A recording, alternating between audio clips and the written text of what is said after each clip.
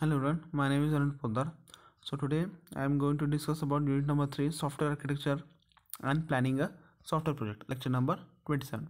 So the contents that we are going to discuss in this video is risk control, a practical risk management approach.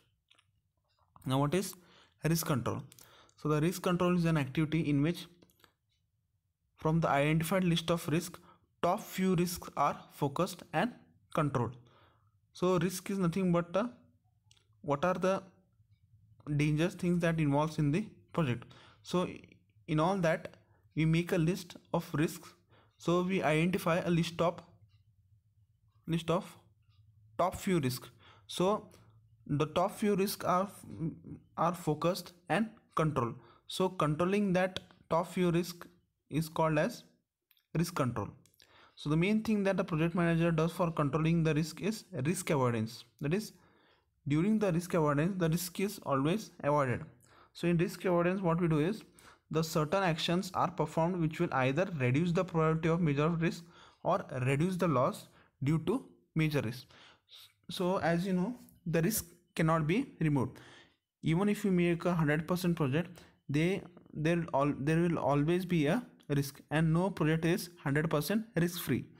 So but we can avoid the risk by taking some actions. So this will help to either reduce the probability of major risk or we can reduce the loss, but we cannot avoid or 100% remove that risk. So these are called risk mitigation steps. Then these steps will be executed properly.